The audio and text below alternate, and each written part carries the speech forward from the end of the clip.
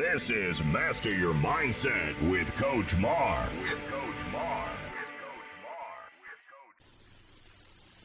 Hey guys, welcome back to a Thursday episode, another microcast. And I'm going to ask you, are you guys ready for a tough microcast today? You may have seen by the actual, the title of it, but it's going to be a powerful one because really what I want to do is I want to show you how to stop using things like quotes that are really well-intentioned, but how actually using them to beat yourself up so that we can stop running ourselves into the ground, wondering if we just aren't good enough to actually succeed.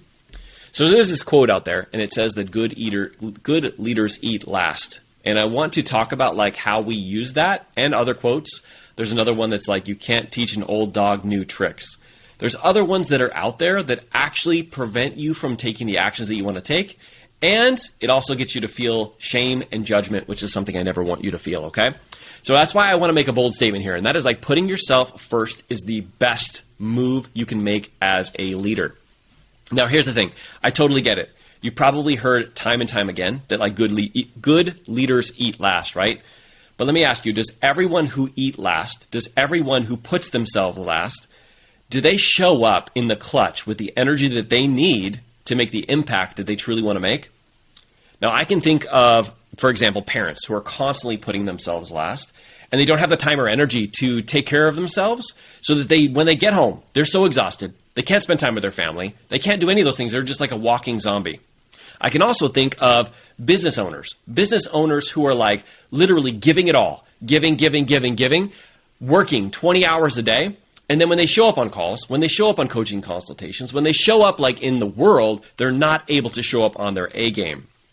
They get angry, they get resentful of some of the people that they're working with, and really they start to experience what I like to term as burnout. They feel terrible also because they're modeling behavior, because they're a leader, remember, of like what other people will follow along and take action with, especially their kids, right? I know for me, I don't want to instill those limiting beliefs in my kids either. So I also think that business leaders who are constantly working 18-hour shifts, like I said before, thinking that that's the answer to it, that is not the answer. They're not able to show up on their A game, all right? They can't think clearly. They can't like really focus on what they really need to focus on. Their health and family is falling apart. They're not able to take care of all of these areas like they want to be able to take care of, and it's because they have this thought that good leaders eat last. So let me ask you this. What's going to happen if you continue to think that good leaders eat last? How much longer are you going to like be able to continue without completely burning yourself out or forcing yourself to take time off? So you may be asking yourself, okay, Mark, I get it. Like good leaders eat last, how we use that against ourselves. But what's something that I can do that all the great leaders do? So I remember like seeing a documentary by Tony Robbins. I think it was called I'm Not Your Guru. I'm Not Your Guru. If you haven't seen that one, it's freaking game changing. He had this entire routine that he did. He like has this like special small pool outside that he spends time in. It's like ice, freezing cold. Afterwards, he's like doing whatever he needs to do to like really be able to recover. He goes out and before he actually goes on stage, he jumps on trampoline. He has this entire process that he goes through so that he can fill up his cup before he shows up for this. I don't know how he does it. It's like a 12-hour speaking day. I know for me, if I'm doing like 3 or 4 calls throughout the day and it's like 4 hours long, I'm like mentally and physically drained, but he's able to do it because he takes care of himself. Now you might think that he eats last, but that's not the case. He ate first and he showed up on his A game. So that way, yes, he could eat last at the end, but he didn't forget. Actually, I took care of myself first. That was the thing that I did. That was the structure that I needed to be able to show up on this level, an entirely different level. I like to think of this as a battery, okay? Like a battery, like a rechargeable battery, right? It has a limited capacity, right? It has a specific job, but it also has a very specific amount of energy that it can hold, right? And I know like if I'm using batteries, I want them to kind of be charged up before I start to use them, right? I don't want to wait for an emergency to happen. If I have, like, let's say batteries for my flashlight, I don't want to wait for an emergency to happen and then not have any, right? And then even if that's the case, like I wouldn't be upset at the batteries, right? That's because they weren't recharged. But we do that for ourselves. We think that, hey, you know what, if we put ourselves last, then we're going to be able to show up on our A game when we need to. We're going to be able to deliver like no other. But here's the thing. When you keep showing up You're showing up with 50% at a 50% battery level, and then a 40%, and then a 30%, and then a 20%.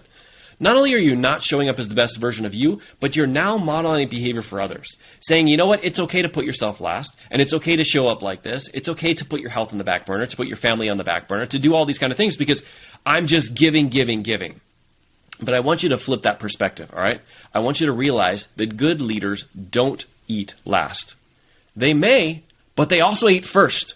They also made sure their batteries were charged so that when they needed to be used, they could really shine when people needed them the most, all right?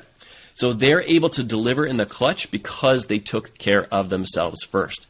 So if you ever come across a quote like this, any quote at all that feels like amazing, but at the same time, you're using it to self-sabotage, you're using it as that reason why you should continue to burn yourself out, you should continue to take the energy off yourself because it's being selfish, I really want you to think about what the end result looks like, all right?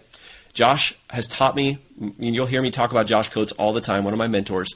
He has told me, like, always begin with the end in mind. And if your end is, I want to make the biggest impact, how do you do that?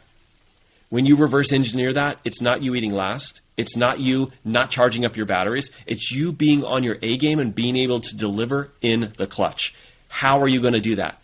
Take that answer and run with it.